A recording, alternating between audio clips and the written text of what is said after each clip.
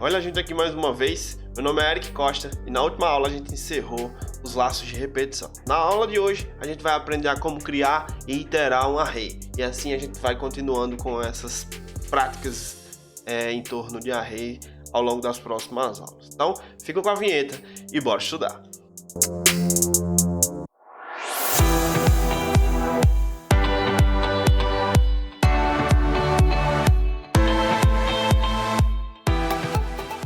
Beleza, pessoal. Iniciando aqui o conteúdo sobre arrays. Eu já deixei aqui meu ambiente preparado, um arquivozinho, eu nomeei ele como arrays.html. Eu deixei minha estrutura aqui pronta para receber, né, o nosso código. Eu só vou inserir um título aqui para diferenciar esse arquivo dos demais, beleza? E a primeira coisa que a gente vai entender é que um array, né, ele funciona como se fosse uma lista, de forma resumida, como um conjunto de dados. A gente consegue modificar valores dentro do array, né, ele pode ser representado como uma variável, mas a diferença é que ele não vai armazenar apenas um valor, ele vai poder armazenar diversos valores, inclusive a gente consegue ter um array com diferentes tipos de informações armazenados dentro dele. A gente pode ter um array que contém apenas inteiros, contém apenas strings, contém booleanas, como também pode trabalhar com um array que armazena uma variação desses tipos. Então a gente pode ter um array que tem booleanas, números e texto. Então a primeira coisa que eu quero que vocês aprendam é como é que a gente declara uma array. A gente primeiro, como qualquer outra informação que pode ser modificada dentro da nossa memória, a gente utiliza o prefixo var, seguido do nome do identificador dessa informação. Eu vou nomear ele como array 1. E para inicializar ele eu uso colchetes, seguido de ponto e vírgula. Esse array aqui, como a gente não adicionou nenhuma informação dentro dele, então ele vai ser um array que vai inicialmente estar vazio, certo? Se a gente mandar exibir na tela aqui por meio do console.log essa informação, a gente vai ver que ele não vai exibir nada na tela, porque dentro do conjunto de informações que compõem o array, a gente não tem nenhuma informação. Então vamos executar esse código para a gente ver como é que ele está se comportando. Vou abrir aqui em Explorer, vou mandar executar o meu código do array, tudo belezinha, mostrou aqui a nossa mensagem. Vou abrir a ferramenta de inspeção do desenvolvedor, vou vir aqui em console. Se vocês observarem, ele exibiu aqui uma mensagenzinha, array 0. O que significa? Significa que dentro daquela informação, dentro daquela variável, a gente tinha um objeto do tipo array. É uma representação da informação que é composta por tipos primitivos, certo? E dentro desse array eu tenho 0 informações, ou seja, o tamanho dele é 0. E a gente vai perceber que o tamanho do array ele é definido a partir da quantidade de informações que a gente coloca dentro dele. Então a gente tem aqui inicialmente um array com 0 informações. Eu vou voltar aqui e inicialmente vou introduzir a primeira informação dentro desse meu array. A primeira informação que eu coloquei dentro desse meu array é o texto banana. E aí se eu voltar aqui no console e atualizar, agora não mais ele exibiu a informação do array zerada. Ele exibiu aqui o array contendo um valor. Se eu expandir aqui, a gente vai ver que banana foi armazenada na primeira posição do meu array, no início do meu array, ou seja, no index 0. Lembrando que todo array ele é mapeado os seus endereços baseados no index, que vão desde o index 0 até o tamanho do array menos 1. Se eu tenho um array com um elemento, esse meu index vai começar em 0 e vai até 1 menos 1.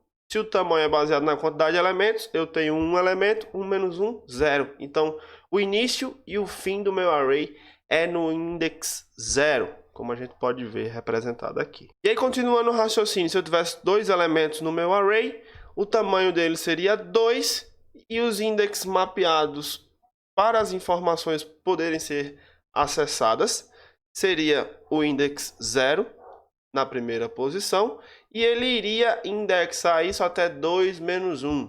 Então, 2 menos 1, 1, eu teria o index 0 e o index 1 no meu array. Vamos ver isso aqui na prática. Vou voltar aqui no meu código. Para inserir uma nova informação pré-definida no meu array, eu uso vírgula, seguido da nova informação que eu quero armazenar. Eu quero armazenar a outra informação textual com o nome uva. Se eu voltar aqui e atualizar, vocês podem observar que agora o meu array tem tamanho 2 e as informações armazenadas dentro dele é banana e uva. Se eu expandir, vocês vão ver que banana foi armazenada no index 0, ou o formato de acesso à informação a banana é utilizando o index 0, e uva no index 1. Como eu disse, de 0 até tamanho menos 1. De 0 até 2 menos 1, 2 menos 1, 1. Os dois índices do meu array são 0 e 1. Se eu coloco uma terceira informação,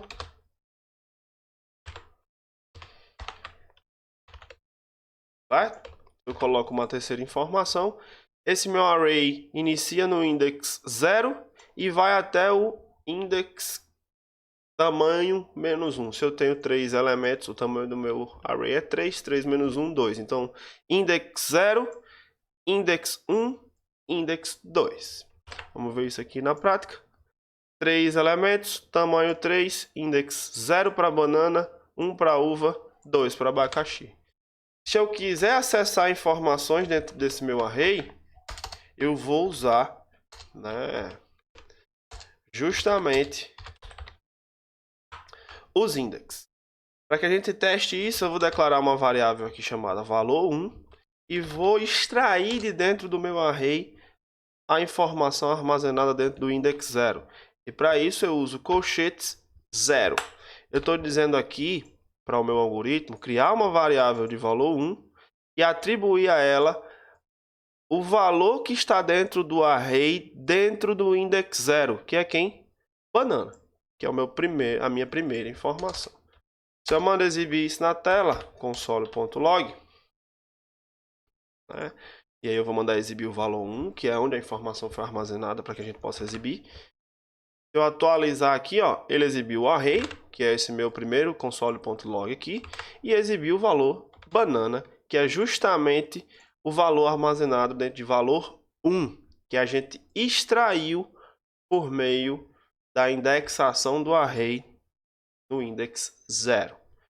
Eu poderia muito bem pedir para que a informação fosse exibida diretamente de dentro do array. Então eu faria array no index 0. O que eu estou fazendo aqui é a mesma coisa em termos de execução ou de resultado.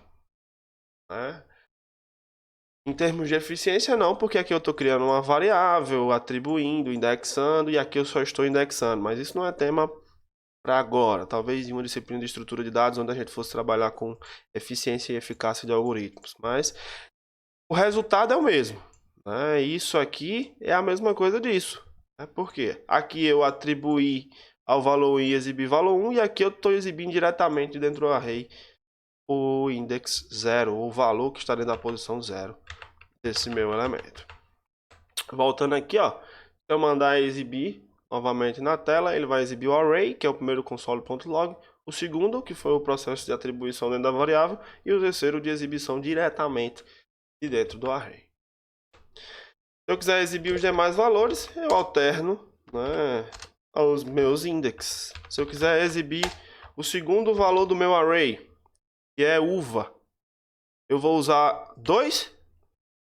Não, não é o 2, porque a gente acessa as informações baseadas no index. Se banana é o index 0, e esse index ele cresce incrementalmente até o tamanho menos 1, minha segunda posição do array é acessada por meio do index 1. Certo? Voltando aqui, ó, mandou atualizar, exibiu aqui a informação uva de dentro do meu conjunto de dados, o meu array. Se eu quiser exibir a última informação, eu posso diretamente acessar aqui, ó, o index 2. E se a gente inicia em 0, a gente inicia em 0, 0, 1, 2. Ou, né, a partir do tamanho menos 1. Vou mostrar já já para vocês como é esse acesso. Vou voltar aqui, atualizar abacaxi. Se o primeiro index é 0, caso eu não saiba qual é o tamanho do meu array propriamente dito para que eu use diretamente, eu posso usar a funçãozinha length. A funçãozinha length é uma função do array que permite que a gente acesse o seu tamanho. E aí eu vou pedir para que esse console.log exiba o length desse meu array. Lembrando que o length é o tamanho. Atualizando aqui, exibiu o tamanho 3. Ou se eu quiser acessar o último elemento dessa minha lista, considerando o tamanho, a gente sabe que o último index é o array na posição tamanho menos 1. 3 menos 1, 2. 2 é o index. Então a gente pega aqui, ó, a função length menos 1. Eu estou dizendo aqui, ó, no index que eu estou passando uma expressão, e isso é permitido dentro da programação, né? Eu estou dizendo, ó, array, me dê o seu tamanho, ele vai me retornar 2. 2 menos 1, 1. Opa, peraí. Não é 2 o tamanho do meu array, é 3. Array.length, ele vai me retornar 3. 3 menos 1, 2, é como se eu estivesse colocando 2 aqui diretamente. Ele vai resolver a expressão e usar o resultado como index, né, para acessar a informação contida dentro desse meu conjunto de dados. Vou voltar aqui, atualizar, mostrou aqui abacaxi novamente. Então a gente tem várias formas de manipular os indexes do array. Se eu quiser exibir valor por valor, eu posso iterar esse meu array dentro de um laço de repetição. Se eu sei o tamanho especificamente desse meu array, eu vou iterar a quantidade de vezes que indica quantos elementos eu tenho dentro dele. E aí, como a gente viu nas últimas aulas, quando a gente sabe exatamente quantas vezes algo deve ser repetido, a gente vai usar laço de repetição for. E aí, de acordo com o que vimos na última aula, aqui eu terei o meu index, né, inicialmente em 0. Esse meu index vai até ele ser menor do que o meu array.length, ou seja, esse meu laço vai repetir o número de vezes que o meu array tem conteúdo. Então ele vai de 0, 1, 2, 3, 0, 1 e 2, né? Porque quando o meu index for 3, ele já não vai mais entrar dentro do laço de repetição. E aqui eu incremento. E aí, para exibir as informações, eu preciso apenas dizer, ó, eu quero que você exiba a cada iteração uma informação, que é o meu array no index i. Certo? Esse é o primeiro caso de utilização do for. O que a gente fez aqui? Apenas para não atrapalhar, né, essa visualização, eu vou remover essa parte aqui de cima. Beleza? O que a gente tem é um array com 3 elementos. O que eu estou fazendo aqui? Eu estou usando uma estrutura de repetição para iterar nesse meu array, exibindo os valores, para que eu não tenha que fazer várias linhas de código console.log para cada index. Estou automatizando esse processo. Inicialmente eu declarei a variável i igual a 0 e a condição de parada. A condição de parada é quando i não for menor do que o tamanho do meu array. Certo? Essa função não me retorna o tamanho. Então, sempre que i for menor do que o tamanho do meu array, ele vai entrar e executar esse comando aqui. Depois que ele entrar e executar, ele vai incrementar. Incrementou, verifica novamente. Então, ele vai começar em 0. 0 é menor do que 3? Entra e executa. Executa o quê? Exiba na informação o array em i. Quanto é i? 0. Então, é array na 0. Depois que ele exibir array no index 0, que remete a esse nosso primeiro valor, ele vai iterar i++, ele sai de 0 para 1 e vai verificar novamente a condição. 1 é menor do que array.length? Continua sendo. É isso? Então ele vai entrar e exibir agora array na 1, que é o segundo index. Entrou e exibiu, incrementa novamente. Meu index sai de 1 para 2. Incremento de 1, 1 mais 1, 2. 2 continua sendo menor do que 3? Continua. Exibe agora array no index i. I é 3, i é 2, array na 2. Vai exibir aqui agora, ó, tamanho -1, lembra? Se o meu array tem tamanho 3, o último index sempre vai ser tamanho -1. Então esse i agora está assumindo o valor 2. Incremento novamente, foi para 3. Quando eu chego aqui que comparo, não vai mais ser verdade essa condição. Não será mais verdade essa condição. Por quê? 3 é menor do que 3? Não. Essa afirmação aqui, essa condição é uma condição falsa. Porque 3 não é menor do que 3. 3 é igual a 3. Então isso aqui gera uma falsidade, o que interrompe o processo de repetição do meu laço. Ok? Vamos executar aqui para a gente ver como isso vai se comportar na tela. Atualizando aqui, ó. Olha aí, ó. Ele exibiu banana, uva e abacaxi de forma automática, né? Porque a gente envolveu o processo de exibição de informações de um array dentro de um laço de repetição. Então, pessoal, por hoje é isso. Para que a gente possa continuar no conteúdo, é interessante que vocês peguem bem essa parte de arrays, de manipulação, porque conforme o conteúdo vai avançando, as coisas vão ficando um pouco mais complexas e é interessante que vocês tenham absorvido todos os conteúdos até aqui de forma satisfatória. E aí lembrando, esqueceu algum conceito, não consegue trabalhar alguma estrutura, tem alguma dificuldade, volta nas aulas, reassiste, deixa as dúvidas nos comentários, ok? Que eu vou tentar ajudar todo mundo na medida do possível. E para não perder o costume, não esquece de curtir, se inscrever no canal, deixar seu comentário, deixar sua proposta de melhoria, porque a gente está bem próximo de finalizar esse primeiro módulo, esse módulo introdutório JavaScript, e aí os próximos módulos serão baseados no feedback de vocês, ok? Então, por hoje é só, bora estudar!